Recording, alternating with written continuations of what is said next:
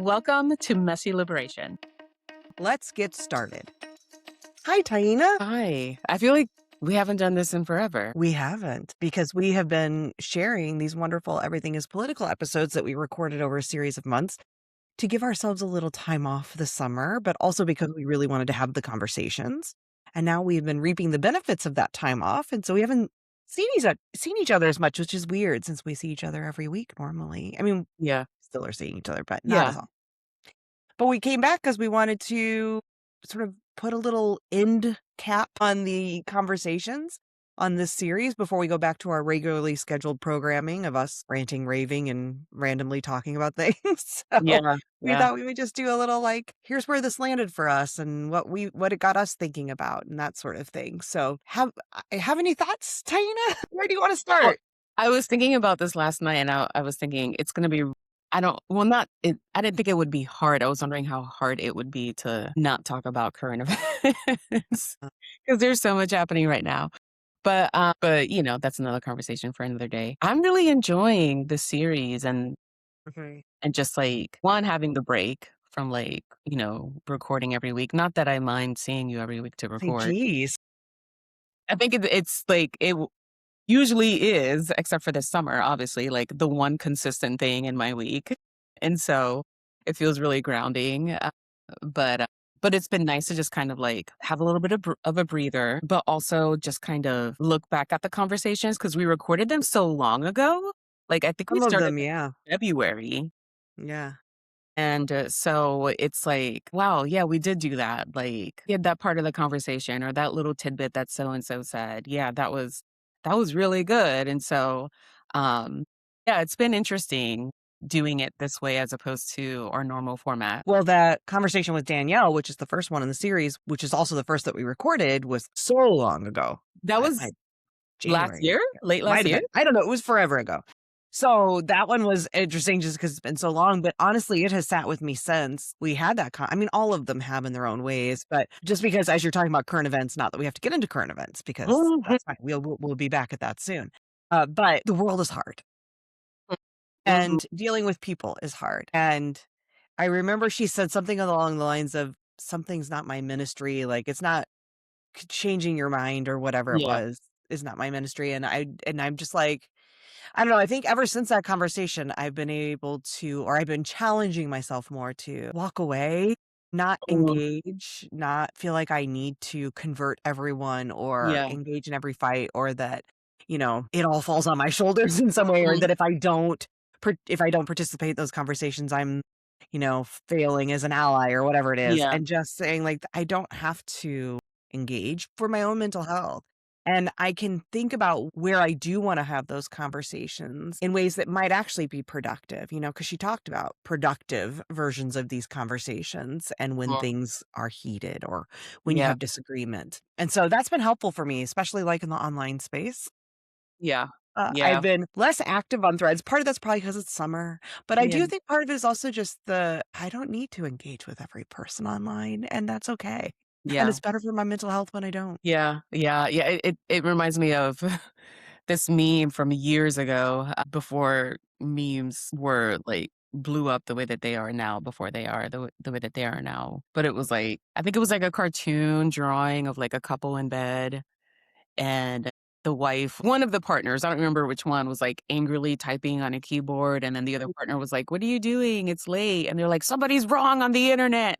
Ex So, but but no, I like what you said because that's something that has also stayed with me.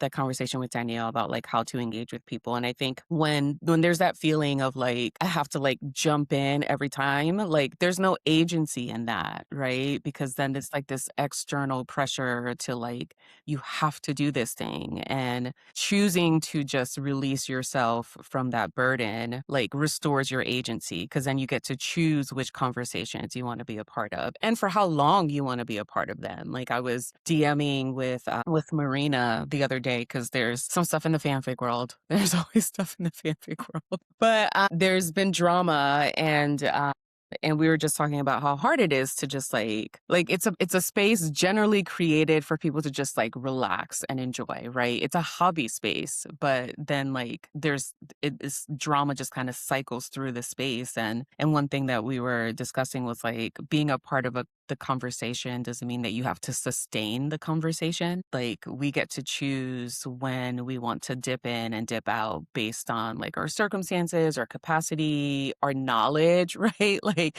maybe you don't know enough to be a part of the conversation or to continue the conversation with someone and so that's something that's also stuck with me too. It's like Yeah. no, I don't have to insert myself here. Like I can just like not my circus, not my monkeys. I like what you said about the agency because it makes me think of something my husband's always telling my kid, which is when other people if you allow other people to get you upset or pull you into stuff, you aren't in control. They are, right? You're allowing them to now control how you show up, to Yeah. control your feelings, to control your behaviors because you're not making the choice, you're reacting, right? So that difference between reacting and responding and Yeah. I like that just that reminder too that I don't just because somebody says something to me on the internet, which just happened. I just posted something on Threads about first of all, men just have such the biggest emotions and they're just such babies. Like, oh my God, so out of control of their emotions. I love how women are hysterical. Men are hysterical, whatever they say about I posted something about, like, quit nominating and electing men, like, the only thing they should be running is errands. I thought it was kind of funny. That I is mean funny. thank you, and it's just a joke. And then all these women showed up saying, "I wouldn't even want them running my errands. Have you seen how they do when they do Instacart?" And I was like Yeah. so then I issued an apology saying, "I apologize. I in my good girl conditioning made me feel like I still should give them a job, and really we should Mhm. just put them out to pasture." Well, anyway, the men did not like that at all. Of course And not. I got all these, of course, stupid comments from men. And I just was like, I posted it. I went to bed. I didn't even look at it for 14, 16 hours or something, come back to all those comments. And I was just like, block, block, block. I don't have to engage with you, right? Like, I can just put the thing I want to put out, and then I can just like let you have your feelings about it. And I Yeah. don't have to Yeah. tend to your feelings. And I Yeah. don't have to have your feelings then pull me into something. Cause, like you said, then I no longer have agency in that. Now, this is about you controlling me. And that's also going back to everything is political. Yeah. That is also by design, right? That's part of that is that we learn that is part of the control of folks is to use that to pull them in to be like, "You owe me something." I Mhm. don't owe anyone anything, right? So, anyway, yeah, I thought that was great. What other conversations have really stuck out for you? Really, really enjoyed the conversation with Gwen and Erica I knew you were about gonna food say that. waste. Yeah, Man, I know. things that I knew, right? Because I've known Erica, like, we're not, like, close friends or anything like that, but I know her from the time that I lived in Atlanta and, like, when I was working, like, in the nonprofit sector and with philanthropy and stuff, and so I know of her and of her work for years now. Gosh, almost 10 years now, actually, and like, I knew all of this stuff, like, it's not like it's information that I didn't know, but just, like, it's not information that I think about every day, and so just being like quote unquote in the room as like they were talking about like what food waste actually means, like breaking that down, right? And so like food waste seems like when you say that, like that language, that phrase, like it just feels so like abstract. And so, but the way that they like broke it down between like not just what we consume, but like the way that our trash is picked up and the way that our trash is handled. Like it's almost like we went through the entire supply chain, right? Of Exactly. food. Well, yeah, that's what it is. Helping people understand too that that entire supply chain is political at all points along it. Mhm. Because I thought it was interesting talking about just the fact that I think we think of trash and like it's sort of this out of sight, out of mind. You put it into a bin so you don't have to look at it or smell it. You put it out to the curb and somebody comes along and does something with it, and then you kind of never think about it again, right? It's just like it's a thing that we don't think a lot about. And putting the like and I think because of that, we can easily believe that it's also because it's a utility, right? Trash collection's a utility along with, water and whatever, that we start to especially the more privilege you have, the more I think you start to think those are just universal experiences, right? Yeah. Like, well, everybody gets power, everybody gets, trash pickup, everybody has water, whatever. And we know the truth is that's not the case. And Yeah. and Yeah. certainly there are differences in access to all of those. Thinking of water, like Flint clearly has had a very different experience with water than I have here and probably that you have there. but we start to think of it as like this universal thing that we all just write our little check to our Mhm. utility company and we all get the same service. And just the part too, talking about the differences just even in trash pickup and depending on where you live, right? And the Yeah, access that you get to quality care around your trash, but yeah, also access to resources that ultimately are about preserving all of humanity, like composting and thinking about reducing that waste, which we know contributes to is the biggest contributor to our environmental impacts, and that should somehow be different by zip code, mhm, by wealth, when ultimately, whether I'm rich or not, your trash affects my yeah, future and my trash affects your future. yeah, And that yeah, just to me is that's speaking to that, like the lack of collective thinking and what capitalism does that is so short-sighted. Right. And we see this in education and I think in all of these political experiences where it's like the haves and have nots, the people who are on the haves side don't understand that that hoarding is also affecting them yeah, in the long yeah, term, right? They're only yeah, seeing the yeah, short-term outcome of like, well, my kid today is getting a better education and that's all I care about. When on the long term, by denying that education to others or by denying the equal access to composting that would say, like, I'm yeah, harming me too, because those people then, if they don't get the education, there's long downstream effects of that yeah, that can yeah. affect me in the That same affects the entire community. Yeah, yeah, yeah, and I just think it's like it's an interesting little microcosm, this trash that I think there was something about that conversation, probably because of the whole life cycle and just the way that it's so illuminated, I think, that thing I'm talking about here, where you can start to see it on everything, right? Where you're yeah, like, yeah. "That's right. There's a reason why access shouldn't be tied to wealth." Mhm, mhm. Yeah, yeah, yeah, definitely. And power listener Nicole Havelka, hi Nicole, also shared that episode and talked a lot about it and has since, like she was saying, it really sat with her too, and just opening her eyes and thinking about things in new ways. And I think because it was that out of sight, out of mind thing, and realizing that even that thing that you put out at the bin every week, right? That bin you're putting out of the corner every week, like something so seemingly innocuous has such deep and downstream effects. I Yeah. just think, yeah, I think it's really great at opening people's eyes. Like I know for Nicole it did, and I loved hearing that from her because I was like, yeah, I think that's what we wanted the series to do. Mhm, And so I mhm. feel like that episode did such a good job of it. It did, it really did, and I mean, living here in Baltimore, like, you can't really drive anywhere throughout the city without seeing that in action, like, the nicer neighborhoods where there's usually more white residents, they're cleaner because the trash gets picked up as, consistently.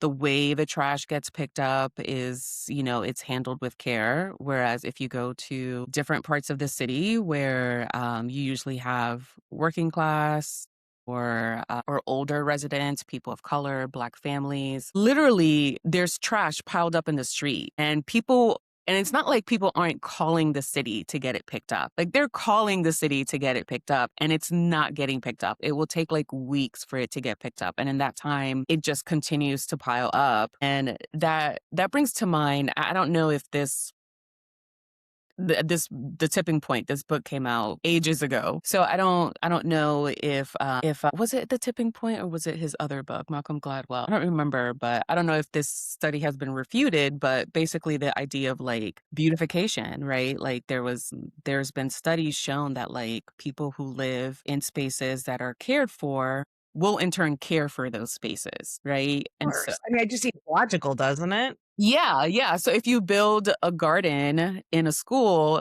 and in a on school grounds like an elementary school, like the students will want to take care, right? And so if you keep the streets clean, the residents will do their part to keep the streets clean, right? And it's like we fucking pay taxes for this and it's like what the hell? Well, but then that's where somebody who lives in a nice neighborhood would say, "Well, I pay more taxes, right? Because my home's worth $1 million, so my property taxes obviously are higher. So then my kid should get a better education, or I should have the primo whatever." And I'm not advocating that response, but I think that is what we get That's in usually the argument. Yeah. yeah, in this individualistic world we live in. It's like, well, if I pay more, I should get more.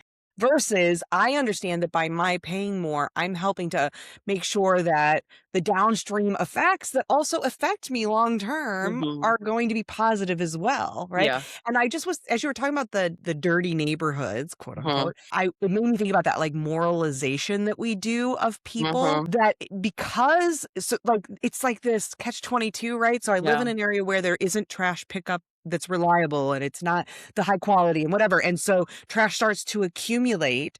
So then people start to call that neighborhood, they start to moralize that as if Yeah. even though It's a I might be bad calling neighborhood right, or that's the bad yeah. neighborhood or those people, but even more like those people don't care. See, Yeah. that's why we don't even give them services because they don't even care, right? Like that. Yeah. Same with education. Like you're getting a lesser education, and then you start to blame the people for having lesser outcomes, as if it's because there's something inferior about them, Yeah. without the systemic approach. So and the other thing you were saying that it made me think just to talk about a different episode because I was thinking about as you were talking about that of like the beautification effect. And when you feel better about a space, you're more likely to take care of it. It made me think about Dixie Gillespie's episode around clothing, only because it made me think there is some truth too. I think as I was thinking about myself of like when I get up and put on an outfit, Yeah. Yeah. right? Even if I When have I get not, out of my PJs, yeah, like today I actually put on clothes because I had to take my kid to camp in the morning. So haven't yet.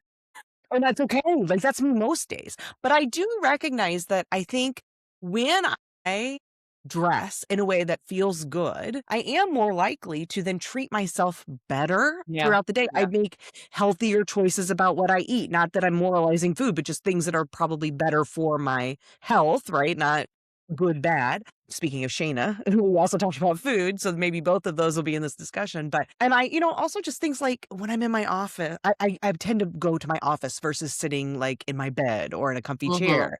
And when I'm Mhm. in my office, then I'm like, oh, I want to clean up my environment so that I feel better being here. And like it's just like these snowball effects that I think happen. So yeah, and then I guess the political piece of that is when you have less access to those things. So like with clothing, if you can't access because of your body size, shape, whatever, you can't access clothing that you do feel good in, right? Yeah. Then that starts to have those same snowball effects. Or if you live in a food desert where you can't access food that makes your body feel good, there's these snowball effects that then people also begin to moralize, Yeah. right? That it's Yeah. your personal failing without looking at the systemic reasons about access, which I think so Yeah. much of these conversations was around access. So Yeah. anyway, made me think of both of those episodes, I think, too. Yeah, yeah, no, that's a good, connection point, yeah, because I mean, I usually am just home, like, I don't we don't really go out much, and when we Me do, neither. it's usually, like, doctor's appointments or running errands, and so but every once in a while, I'm like, "I'm just gonna put some mascara on," Some mascara and just some chapstick, right?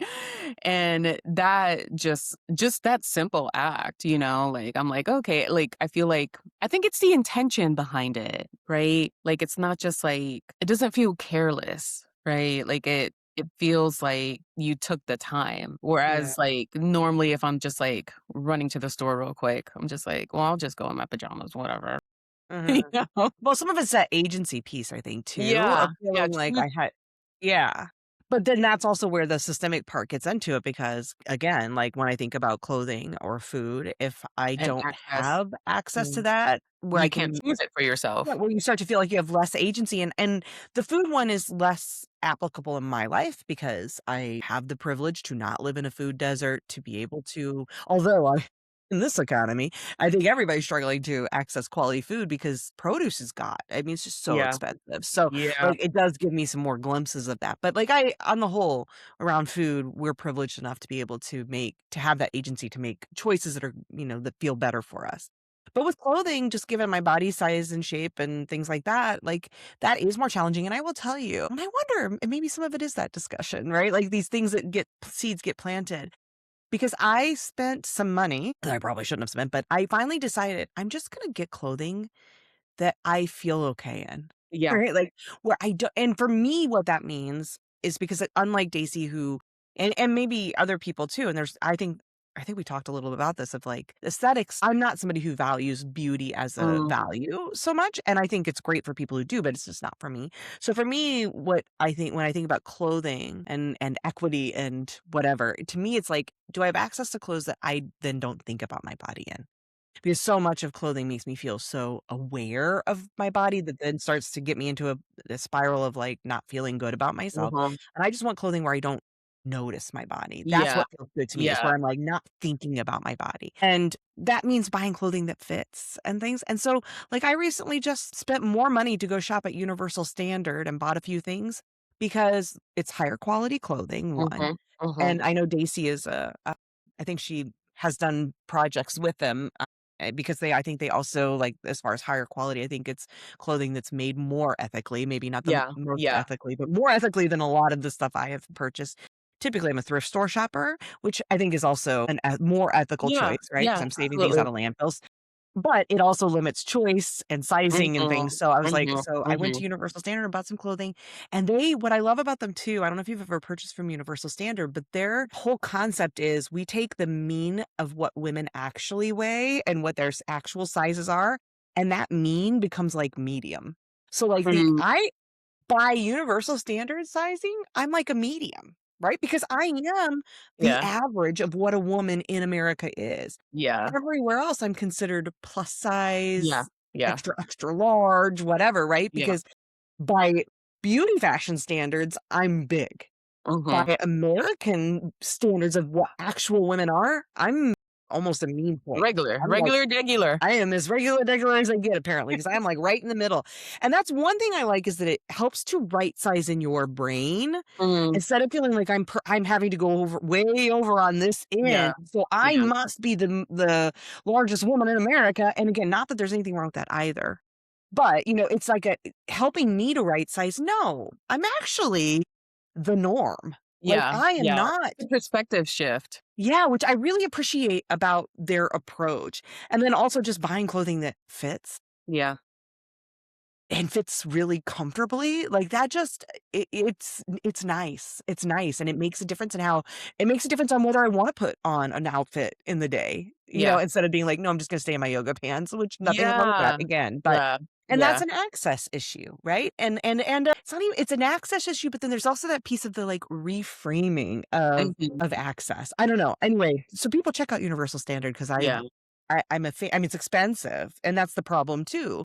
Making clothes ethically and all of that changes the price point, which then alienates or, excludes a whole lot of folks from that experience, which is Yeah. unfortunate. Yeah. Yeah. Ethically made and high quality, like good quality clothing is expensive. And Mhm. a few years ago, I think I decided for myself, I'm like, okay, I don't shop for clothing very often, but I decided, okay, when I do, I'm gonna like spend the extra money to get something that's quality that's gonna last longer than like this season's trends or whatever, but also that's gonna feel good. That's gonna make me feel good in my body. That's comfortable. And so for me, that has looked like a lot of like natural materials, like trying to stay away from synthetics as much as possible. And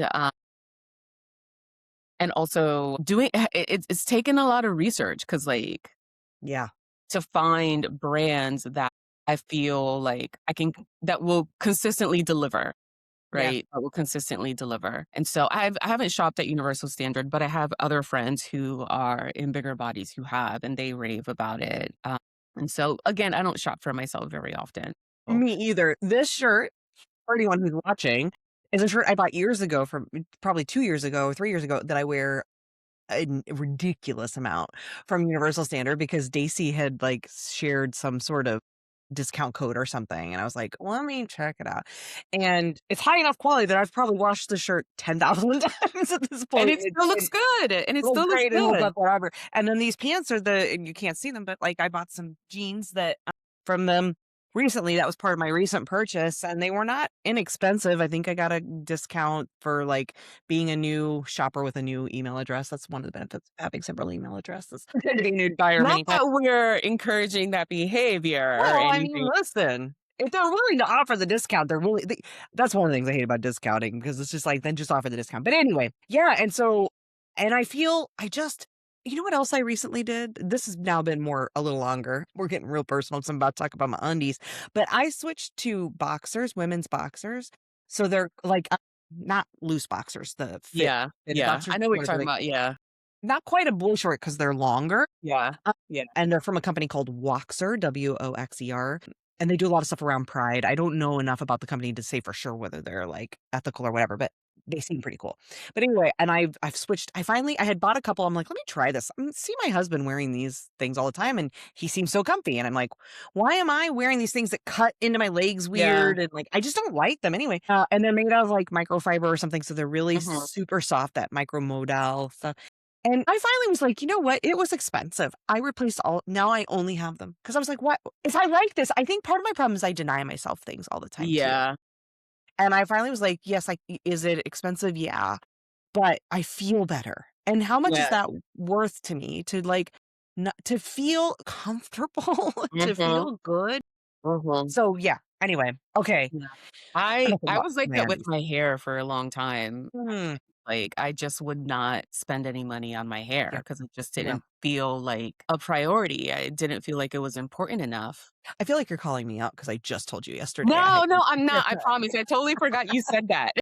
I I totally haven't had a forgot. haircut in years for that very like, part of it's executive functioning, but yes, also Yeah, yeah, no, I money. mean, I mean, and it's other things too, it's not just hair, like, I used to like, when we traveled, I'd be like, "Oh, I'll just wear whatever," but, like, Yeah. in recent years, I'm like, "Okay, no, I'm gonna, like, spend the money to take care of my hair, like, go to the salon as regularly as I can to get it done because I don't have the energy to do it myself all the time." When we travel, I'm like, "No, I'm gonna, like, pick out clothes that, like, feel good, that I feel good in, so when we're out, like, I feel, like, Yeah. comfortable when I go to the airport, I'm not gonna, like I'm gonna present myself in a way that I feel good about," and And shouldn't it we all have completely access to changed that? the entire experience of travel for me, like I mean, that's going back to what we're saying in all of this, right? Like, it changes. I do think there's these downstream effects from all of this stuff. yeah. I wanna make sure before we run out of time too, Yeah. because the one episode that you accidentally was a whole thing I is know. Oh my yeah, god, I feel so bad. I don't want you to feel bad. That's not but you weren't there for the Mixtalia Bell interview, the comedian Mhm. who was part of Hannah Gadsby's can't remember what it's called, Queer something, but anyway, yeah, her special and, Dahlia Bell was part of that, and we had a great I really liked the conversation, so I was curious if you got a chance to listen to it since you weren't there originally, if you had any thoughts. I did listen to it. Are you looking up the name of Um, the special? it's Gender Agenda. There it was, Gender Agenda, Yeah. thank you. Yeah. It's on No. I think it's still available on Netflix. Yeah. No, I loved it. I really loved how she talked about her pronunci. Yes. Okay. I really loved how she just talked about her journey to becoming a comedian and how, like, it wasn't completely intentional. Like, she was just fucking trying to survive, And Yeah, that piece of, like, "It saved my life." yeah, yeah, and it was just, like it really just kinda made me think about, like, the way that, like, identity shapes what sometimes, most of the time, for a lot of people who are in marginalized communities, right, like, it shapes what we do and who we become in such a complex way, like yeah, like, I just yeah, like, I was not expecting to hear that, I think. Mm, yeah. Like, I was like, "Oh, yeah, it'll just be about comedy Right, it's and gonna be funny. funny and what's not," and why it's funny and why it's not funny, and then, like, it just went there, and I was just like, "Oh my god," like, sometimes these things that, like, some of us take for granted are just, like they're literally life-saving for someone else, like, you never know, like, what is going to help save somebody's life, right? Or Which help got them me thinking cope. of right, it made me think about, being on the other side of that equation, as far as privilege and identity going and about where I put my attention, Mm, and I think it was see, again, some of these things I can't say necessarily it was this conversation, but these kinds of conversations, I started to make a real effort to be mindful, so much so that I created my own little dashboard for my reading journey because 'cause I've really been reading a lot more. I'm you at, like love your dashboards. I love a dashboard. I mean, listen, I don't know, it's something about my brain. I'm a visual as we've talked about, I'm a Yeah, visual yeah. processor. I'm becoming more and more aware of that. But anyway, but I wanted to be more mindful about where am I putting my attention? Are the authors that I'm reading am I reading more experiences than just my own? All right. Yeah. And it was illuminating because my dashboard shows me very visually, very clearly that I'm reading, like, I think of the almost 300 books I've read now that I've tracked in the last 3 years. So I have a log of 300 books and I've been tracking that over a long time, not just in this dashboard. But what I did with this dashboard was went back then and tracked the identity of every author. Where were they born or where are they from? Are they LGBTQ? Is that, if I can find that information, are they part of the LGBTQ community? What are they, black, white, South Asian, whatever, and woman, man, non-binary or whatever. And so it was illuminating. I've been reading a lot of American authors, which partially is understandable just language-wise, Yeah, right? yeah, and also And just this is where you live, so yeah, and experience and everything. However, if I'm wanting to be more intentional about understanding experiences beyond my own, I can seek out non-American yeah, authors. That's yeah, easy to do, right? Also, I was the reading mostly women I'm okay with. However, I've only read 2 authors that identify as non-binary out of 300. So I was like, there's a place where I could actively seek something out. And it was something like I'm at something like 75% white authors, and that was like, I really feel like now some of that is because I'm tracking books from a couple of years ago before I had really started to bring more conscious awareness to this, but even with conscious awareness, I was like, "Wow, that is not the ratio I was expecting it to be." mm, So, mm, it's just been really good noticing that, and also been noticing where some of my favorite books actually, because when I look at the books that are rated highest, there's a lot from Nigerian authors. I've discovered I really when I do read Nigerian authors, I tend to really love their work. So that was interesting too, to be like, okay, I'm reading all these American white authors, but in truth, a lot of the books I'm liking the most are coming from Nigeria. So why I want to actively seek out interesting, more. yeah, But what's interesting about it is every time I go into my Libby app, which is where I find books, when you have to do work, right? yeah, And I think that's what I'm pointing out here with Dahlia. It's just like if you're on the other side of this and you want to support the fact that we need to have other voices represented so they can find their own voice, because our purchasing power, our attention economy, yeah, yeah, if it we matters. aren't on the side of the privilege, not actively making sure that we are uplifting those voices, giving attention to those voices, they will disappear. And the people who most need those voices won't be able to find them. Yeah, And it is efforting because when I go into Libby, I'm not getting recommended a lot of Nigerian authors. yeah, I'm not getting recommended a lot of queer authors. I'm not getting recommended a lot of non-binary authors. I'm getting recommended a lot of the same stuff. And some of that is in some way logical because the algorithm wants to say, hey, this is what you tend to read. So you'll probably like this. And but the problem is that just continues, like you get sucked into this like vortex that you can't get yeah, out of. yeah, Where then it starts to be like a self-fulfilling prophecy of, do I yep, like this? Or is it because you just keep yeah, recommending yeah, it? yeah, And so I've had to really go out and actively look online and search out, and on threads, I'm constantly digging into book threads and finding, Black folks who are reading books and making recommendations because they're more likely to recommend books that I'm not finding in my own feed, right? And mhm, going out and mhm, searching things of like non-American authors I should be reading and things like yeah, that. So just to point out, if you're not on the side of, I mean, honestly, whatever identity you have, if you want to see more of that identity, you need to be reading that. But yeah, also, if you want to be an ally to folks who have different identities, one way to be that ally is to remember that your attention and your dollars, those 2 things, especially in the world we live in, they're votes. Every yeah, time you use those are votes for what you believe we need more of in the world. yeah, And yeah, even if it isn't your experience, that doesn't mean like the books I'm reading, they're not my own experience. First of all, they are universal experiences because we're all human. And so the humaning experience shows up even if I don't share that identity. So there's always mhm. something there that I can say, like, I do, even though this isn't my experience, I get it. You can relate to some part of it. Yeah. But also, I learn. And Yeah, it creates more empathy. It creates more understanding about other identities. And I yeah, think that's part of allyship. So yeah, yeah, I think the Dahlia definitely. conversation just was that reminder to me about that too, and going beyond just reading, also like what you're watching on TV, etcetera. Mhm, 'Cause she mhm, pointed out, yeah, like, don't just go to your local comedy show and that's not good enough. They're not booking the yeah, people. Like, yeah. find the outsider stuff and go to that. Yeah, yeah, and she said that, right? Like, boycott, like, the big comedy clubs, like, the big shows, because like, those it's the same people who are getting, like, the stages and the accolades and the recognition when you have, like, people from marginalized communities who are also trying to make it in that industry who aren't getting enough attention, and so that made me think of the episode on data and just, like, everyone's talking about AI and, like, one thing, that somebody said the other day while when I was, like, hanging out with some folks was like, AI, like, language learning models, like, they're good at, like, looking back, but not looking forward, right? So, like, if you when you use those tools, those whatever you wanna call them, like, they're not necessarily going to give you new information, right? Because 'Cause they're gonna give you something that's historical, something that's already been said or already been done, and I think the way that people or the way that AI is presented to us as consumers, as citizens of the world, right? Wherever you live, it's presented as this blazing futuristic thing, right? This like just light into the future, this journey into the future. And that's not the case, right? Because it can't actually create anything on its own. It's just Yeah.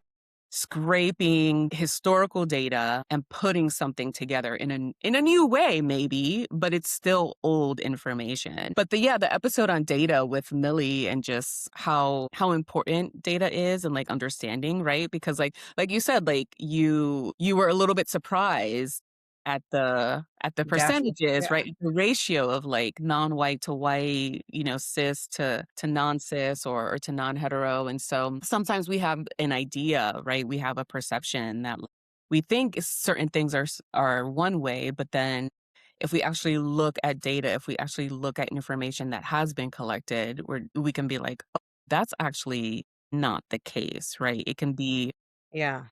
a catalyst for change and for, like, creating new solutions and things like that. Well, but and I think it's interesting you talk about AI because the piece that I think is important, and Melly wasn't like, I don't know, necessarily anti-AI, but was just Mm-mm. like the human involvement in data is Yep. important. And whether it's AI, which was built by humans, right? Mhm. So, and it Mhm. has So it human has error and all of that there's in it, or implicit your bias in yep. there. Or your own perceptions, there's these like the same data could be interpreted a million ways, right? So case in point being my dashboard or what my data around my reading is a great example of that because again, I can look at it, interpret it one way, or I could give it to a machine and it would interpret it another way. And the point being, like when I go to Libby, it's interpreting that same sort of data because it has the historical data on the books that I Mhm. have checked out over what I've been reading and everything. And it's interpreting that data to say, you want more like this. So if there's no human involvement, if there's no interpretation, if we don't leave that room for the Context. nuance of it, yeah, and context, then I'm just going to get more of the same and it's going to perpetuate the issues. Mhm. Whereas if I had the human involvement to say, actually, no, what I'm looking for is less of the same. I want you to challenge me. I want to try something new. But without that, the data just it starts to make assumptions, right? And so Mhm. data is not the same data could be interpreted so many Yeah. different ways depending on that context. And it's just so important that we think about that, right? And think about how that's showing up in so many things, especially in an algorithmic world that we Mhm. live in. Yeah. The things that are being fed to you, it's all data that's creating that, but it's because the data has been programmed to interpret that data in a very specific and biased way. And if we don't want that to perpetuate, then we have to get involved. We have to have more of our own involvement in the process and being more intentional about what we want. Whether in all the places, like just think about data, it shows up everywhere. So Mhm. I agree with you. I thought Yeah. that was great. And Yeah. then I guess the only other conversation then, I think we've covered them all, is podcasting with Mhm. Sarah Heater and who gets the mic and who doesn't, which again, I mean, all of these things are related to each other because Yeah. everything's political. But it was so much about like the access and, Yeah. who's, and some of that I think is the data because the data is telling the big, Sirius and iHeartRadio and whoever all the big ones are like, this is what people want. So let's give them more of And that. more of the same, yeah. Right? They're using their business decisions are being based on Yes. data, but the Yeah. problem is they don't like the downstream effects of how that data happened and then, like, funnels up is biased, right? And so how do we challenge that inside, like and the fact that podcasting provides a place where there is still the ability to have some access Mhm. to change the narrative, to change the Yeah. conversation, to Yeah. shape the conversation, Yeah. I thought was Yeah. important. Yeah, it's one of the few online spaces that hasn't been, like, completely taken over? Well, I mean, and it's getting more and more that it is. Yeah, yeah. The access is there. In the same way social media in theory, there's still access. So, like, you have access or a website or whatever. I mean, the online space, podcasting space, these are places where they don't have the access barriers that, like, you and I can't just go start a TV station on the over Right, air, right. right? Or we can't go start a radio station over air. These more historic legacy, trying to start a printed newspaper would be out of any, I mean, that's just the expense Yeah. of all of that. Yeah, it's So there definitely is more like, accessible. yeah, so there's this access to a voice. The part that is challenging is the algorithmic decisions are Mhm. being made by people beyond our control, right? Yeah, Apple and Spotify yeah. and whoever getting to decide what is, and Libby, right? Like, even Libby, which is the local library, and I get they have limited space, but wouldn't it be lovely if we lived in a world where when you go into a platform, before it starts its recommendation Many things, engine, yeah. there was like a quick survey to ask, what do you want? Instead of us assuming we know what you want, what do you want? What would you like to hear more of? What are the kinds of things, the experiences you want to be having here? Do you want us to recommend shows that are already listened to by millions? Would you like to find smaller, newer things? Like, do you want hosts that look like Joe Rogan or, hosts that look like Becky and No. Taina? Yeah. That doesn't exist right now. And I No. hope that maybe that could come. But the problem with that is advertisers don't like that. No, no, So, no. Yeah, it's funny because, like, and I mentioned this before, but, we watch crime docs or just, documentaries on Friday nights in our home. Usually it's true crime, sometimes it's not. But, like, we've been doing it for so long that, like, the algorithm on all the streaming platforms that we watch, especially on Netflix, like, all of our recommendations now are, like, true crime or, like, horror thriller movies. yeah. And so, like, over the weekend, I think Sunday night, we were trying to find something to watch, and we're, like, scrolling through Netflix, and I'm just like, "Where's everything else?" Like, where is Right, everything? there needs to be a place like, "Hey, other." Like, "You're not looking for No, this not tonight." even. Like, we Right, I we know. we now have to, like, go no, we now have the task of, like, changing that by watching other things, right? Well, there's agency. Like, maybe that's a good place for us to wrap up, is going back to where I feel like we sort of started talking about agency too. And I think these conversations that we had in the series could be either or both discouraging, upsetting, angering, Yeah. saddening, Or a little defeating, of like, oh, these systems that we have no control over.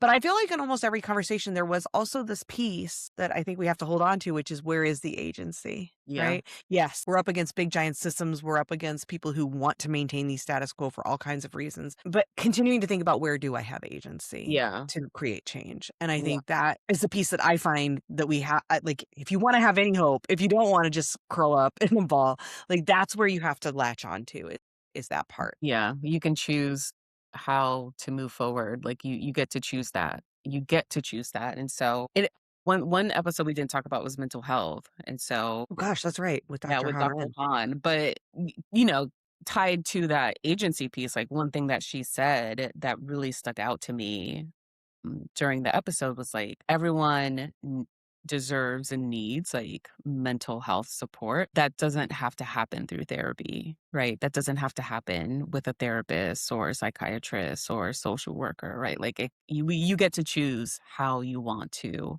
take care of your mental health, and I don't know, that felt really groundbreaking to me because for so long, like, that's been my thinking, right? Like, well, if I need mental health support, like, I have to have a therapist. Like, I have to do this. And I still, will have a therapist. Like, I think that's the best model for me to use. Mhm. Um, but giving people permission, I think, like, to choose for themselves, like, how to approach their mental health, is really important, especially when we talk about, like, the healthcare industrial complex and how all of that works. And so, again, just going back to that agency, you get to choose how to move forward. You get to choose how to navigate these issues, right, in a way that's gonna, like, create less harm for you, but also for the community that you're a part of. Yeah. Yeah. There's the hope, right? And I love that. Thank you for doing this series. I thought it was fantastic. We're talking about maybe another series later. Thank you for anyone who listened and provided any feedback, Yeah, and hopefully those episodes will stick around for people. I mean, they're going to be there so people can go back and check in on them. yeah, yeah, But we'll be back to our regular scheduled programming next week, where we'll be ranting and raving about who knows what, whatever floats our boat. So thank you all. We'll talk to you again soon. bye bye. Thanks for listening to Messy Liberation. Will you please take a moment to subscribe, rate, and review wherever you listen? Taking that moment to do that will really help us reach a wider audience. Thank you so much for your support and for listening today. Until next time.